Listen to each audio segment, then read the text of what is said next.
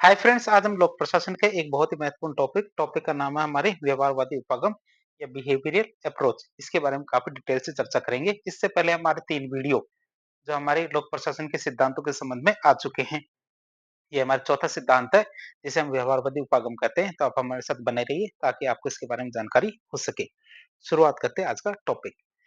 जहां हमारे मानव संबंध उपागम क्या है, संगठन में काम करने वाले व्यक्तियों के पारस्परिक संबंध जो मतलब जो हमारे अनौपचारिक संबंध है, इनका अध्ययन करता है। वहीं हमारे व्यवहारवादी उपागम क्या करता है, इसका मुख्य बिंदु क्या है, संगठन में काम करने वाले व्यक्तियों के आंतरिक मूल्य, व्यवहार और विचारशीलता, इनका गहन अध्ययन करना है। आप ध्यान रखेंगे इसमें क्या करना है, संगठन में काम करने वाले व्यक्तियों के आंतरिक मूल्य, व्यवहार और विचारशीलता, इनका गहन अध्ययन करना इसका मुख्य उद्देश्य है।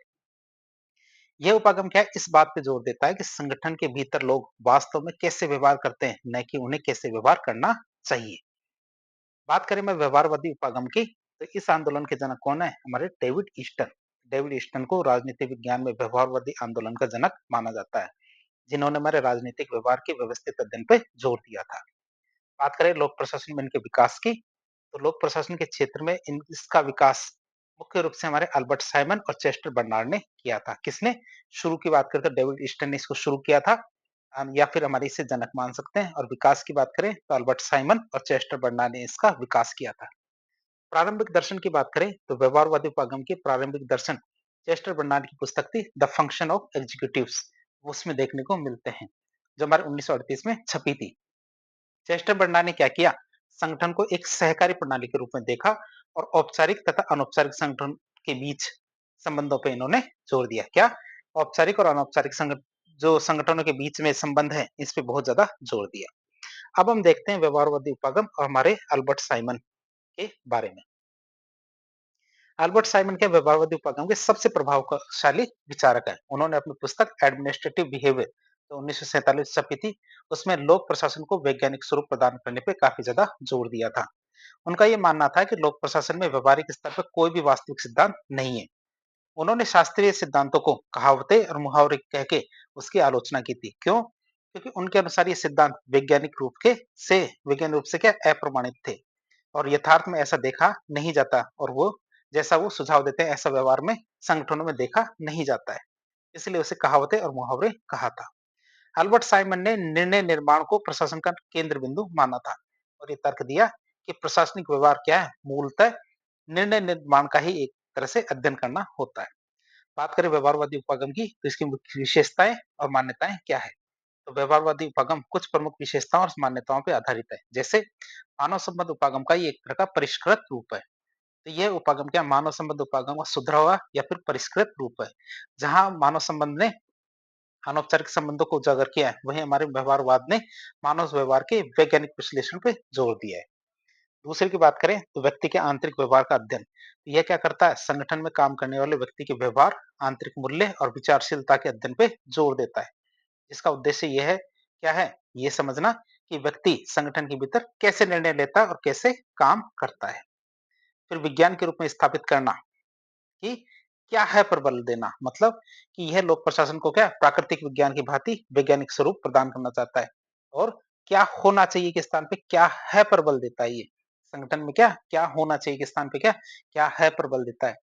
ये वास्तविक व्यवहार का अवलोकन और विश्लेषण करता है। फिर माइक्रो स्टडी की बात करें, सूक्ष्म अध्ययन की, तो ये संगठन के कार्यों और संगठन की बड़ी इकाइयों को पूर्ण रूप से समझने के बजाय इसके सूक्ष्म अध्ययन मतलब माइक्रो स्टडी पर बल देता है, यानी कि व्यक्तिगत या छोटे समूह के व्यवहार का गहन विश्लेषण करता है।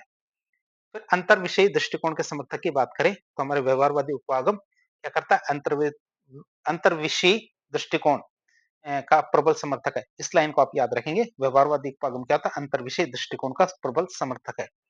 ये क्या करता है, लोक प्रशासन को राजनीति शास्त्र, समाजशास्त्र, मनोविज्ञान और अर्थशास्त्र जैसे जो विभिन्न सामाजिक विज्ञान है, इनके साथ एकीकृत करना चाहता है, ताकि मानव व्यवहार की समग्र समझ विकसित हो सके। बात करें अगले पॉइंट की, तो निर्णय निर्माण प्रशासन का हृदय होता है। मतलब ये इनका मानना था कि निर्णय निर्माण मतलब जो डिसीजन मेकिंग है, ये प्रशासन का हृदय है, मतलब मूल काम निर्णय निर्माण करना ही होता है। अल्बर्ट साइमन ने तर्क दिया था कि प्रशासन की पूरी प्रक्रिया निर्णय लेने की प्रक्रिया ही होती है, या प्रशासन की पूरी प्रक्रिया क्या होती है, निर्णय लेने की प्रक्रिया ही होती है। फिर व्याख्यात्मक और विश्लेषणात्मक अध्ययन की बात करें तो व्यवहारवादी अध्ययन व्याख्यात्मक और विश्लेषणात्मक होता है, मतलब एक्सप्लेनेटरी और एनालिटिक होती है, जो क्या करती है व्यवहार के कारणों को समझने और उनका व्यवस्थित विश्लेषण करने का प्रयास करते हैं। ये क्या करते हैं? व्यवहार के कारणों को समझने और उनका व्यवस्थित विश्लेषण करने का प्रयास करते हैं। अब हम देखेंगे व्यवहारवादी उपागम का महत्व। महत्व की बात करें तो व्यवहारवादी उपागम ने लोक प्रशासन के अध्ययन में कई महत्वपूर्ण योगदान दिए हैं, जैसे हमारे अंतर्विषयी अंतर्विषयी दृष्टिकोण। तो अंतर्विषयी विषयी दृष्टिकोण होने की वजह से इसने सामाजिक विज्ञान के विभिन्न विषयों को लोक प्रशासन के साथ एकीकृत किया है।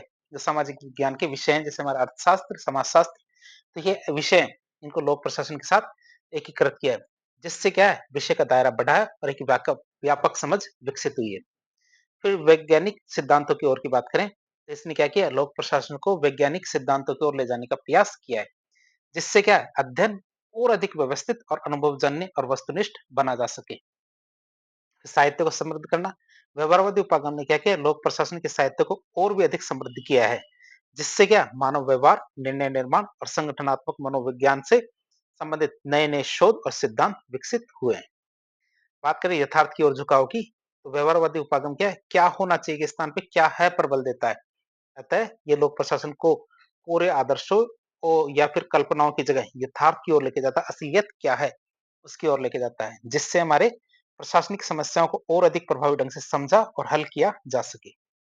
बात करें मेरे व्यवहारवादी उपागम की आलोचनाओं की, तो अपने महत्व के बावजूद व्यवहारवादी उपागम की भी बहुत सारी आलोचनाएं हुई, जैसे हमारे लोक प्रशासन को विज्ञान बनाना असंभव। मतलब आलोचकों का तर्क है कि लोक प्रशासन को प्राकृतिक विज्ञान की तरह पूर्ण विज्ञान बनाना असंभव है। क्यों? क्योंकि मानव व्यवहार परिवर्तनीय, जटिल और अप्रत्याशित है, मतलब पहले से आप अंदाजा नहीं लगा सकते, जिसे आप प्रयोगशाला परिस्थितियों में पूरी तरह से नियंत्रित नहीं किया जा सकता। किसका? मानव व्यवहार का। इसलिए लोक प्रशासन को विज्ञान बनाना असंभव है। बात करें संगठन के भीतर और संगठन के बाहरी पर्यावरण की उपेक्षा, तो व्यवहारवादियों ने संगठन के बाहरी पर्यावरण, मतलब जो हमारे पॉलिटिकल, इकोनॉमिकल, सोशल कॉन्टेक्स्ट की बात कर रहे हैं, उनकी तरफ ध्यान बिल्कुल भी नहीं दिया है। वे क्या मुख्य रूप से संगठन के आंतरिक व्यवहार पर बहुत ज्यादा केंद्रित है, जबकि बाहरी कारक भी क्या है संगठन की कार्यप्रणाली को बहुत ज्यादा प्रभावित करते हैं। फिर गैर मूल्यवान अध्ययन की समस्या, व्यवहारवादी ने मूल्य मुक्त अध्ययन पर जोर दिया है, लेकिन आलोचकों का तर्क है कि लोक प्रशासन जैसे विषय में क्या है मूल्यों को पूरी तरह से अलग करना संभव नहीं है। मनुष्य के जो मूल्य होते हैं उनको पूरी तरह से अलग करना संभव नहीं है। क्यों? क्योंकि ये नीति निर्माण और सार्वजनिक उद्देश्य से जुड़ा हुआ है।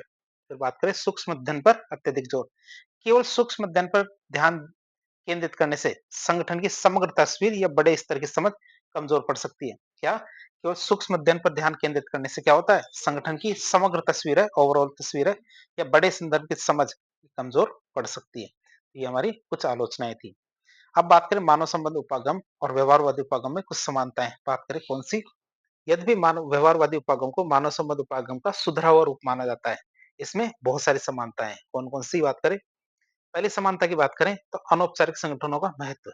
इन दोनों ही सिद्धांतों ने अनौपचारिक संगठन और कार्यस्थल पर जो मानवीय संबंध है इनके महत्व को दिखाया था। दूसरा प्राधिकार की स्वीकृति विचारधारा, इसकी बात करें तो दोनों ने प्राधिकार की स्वीकृति विचारधारा है इसका समर्थन किया है, जिसका मतलब यह है कि प्राधिकार तभी प्रभावी होता है जब अधीनस्थ उसे स्वीकार करता है। जो हमारे अधिकारी है उनका प्राधिकार जो सत्ता है तभी प्रभावी होती है जब क्या अधीनस्थ उसे स्वीकार करता है। यह शास्त्रीय उपागम के प्राधिकार ऊपर से आता है, इसके विचार के विपरीत है। बात करें हमारे सहयोगात्मक संबंधों पर बल, तो दोनों उपागम क्या प्रबंधन, मतलब नेतृत्व और कार्मिकों के बीच में सहयोगात्मक संबंधों की स्थापना पे बल देते हैं। तो प्रबंधन और कार्मिकों के मध्य क्या सहयोगात्मक संबंधों की स्थापना पे बल देते हैं, जिससे क्या संगठन के भीतर संघर्ष कम से कम हो और क्या उत्पादकता बढ़े। बात करें मानव संबंध उपागम और व्यवहारवादी उपागम के बीच कुछ अंतर भी है, समानता हमने देखी। अंतर की बात करें, अंतर क्या क्या है तो दोनों में अंतर देखें। सबसे पहले अध्ययन का मुख्य बिंदु की बात करें, अध्ययन का मुख्य विषय की बात करें तो मानव व्यवहार, ये हमने देखा था क्या, मानव संबंध उपागम की बात करें तो अंतर की, तो मानव संबंध उपागम में संगठन में काम करने वाले व्यक्तियों के जो परस्पर संबंधों पर का अध्ययन किया जाता है, और ये दृष्टिकोण क्या करता है, इस बात पे जोर देता है कि कर्मचारियों के सामाजिक और मनोवैज्ञानिक पहलू उत्पादकता और कार्य संतुष्टि को कैसे प्रभावित करते हैं, ये इस बात पे जोर देता है। जबकि हमारे व्यवहारवादी उपागम की बात करें तो ये व्यक्ति के व्यवहार, विचारशीलता और आंतरिक मूल्य का अध्ययन करता है। यह हमारे व्यक्तिगत मनोविज्ञान, प्रेरणा, धारणा और निर्णय लेने की जो प्रक्रियाएं होती है इन पर बहुत ज्यादा ध्यान केंद्रित करता है। दूसरा निर्णयों में मूल्यों की बात करें तो मानव संबंध उपागम में क्या होता है? यह निर्णयों में मूल्य के समावेश पे बल देता है। इसका अर्थ ये है कि निर्णय लेते समय मानवीय भावनाओं, नैतिकता और सामाजिक मूल्यों को ध्यान में रखा जाता है। जबकि हमारे व्यवहारवादी उपागम में क्या होता है? यह निर्णयों में मूल्य तथा तथ्य दोनों का समावेश पे बल देता है। ये मानता है कि प्रभावी निर्णय लेने के लिए वस्तुनिष्ठ तथ्यों के साथ-साथ व्यक्तिगत मूल्यों और प्राथमिकताओं दोनों को भी ध्यान रखा जाना चाहिए। फिर प्रकृति की बात करें तो यह व्याख्यात्मक प्रकृति का है। मानव संबंध उपागम यह मानवीय व्यवहार और संबंधों की व्याख्या करने और उन्हें समझने का प्रयास करता है। जबकि हमारे व्यवहारवादी उपागम की बात करें तो इसकी प्रकृति कैसी है? विश्लेषणात्मक। ये व्यवस्थित रूप से व्यवहार के विभिन्न पहलुओं का विश्लेषण करता है। ये क्या करता है? व्यवस्थित रूप से करता है क्या? व्यवहार के व्यक्ति के व्यवहार के विभिन्न पहलुओं का विश्लेषण करता है, ताकि उनके कारणों और परिणामों को समझा जा सके। समर्थक की बात करें तो मानव संबंध उपागम की समर्थक थे हमारे एल्टन मेयो। उनके 3 साथी थे, जिन्होंने क्या किया था? हाथरन प्रयोग किए थे। आप याद रखेंगे 3 साथियों के नाम रोथलिस बर्जर, एरिक डिक्सन और व्हाइटहेड। जबकि हमारे व्यवहारवादी उपागम की बात करें तो इसके थे हमारे अल्बर्ट साइमन, जिन्होंने निर्णय लेने के सिद्धांत को बहुत ही महत्वपूर्ण माना था। साथ थे इनके चेस्टर बर्नार्ड। इस तरह एक सिद्धांत का हमने काफी विस्तार से अध्ययन किया। इस प्रकार के इन्फॉर्मेटिव वीडियो देखने के लिए हमारे चैनल से जुड़े। वीडियो यदि पसंद आता है तो वीडियो को लाइक करें, चैनल को सब्सक्राइब करें, अपने दोस्तों के साथ शेयर करें। धन्यवाद।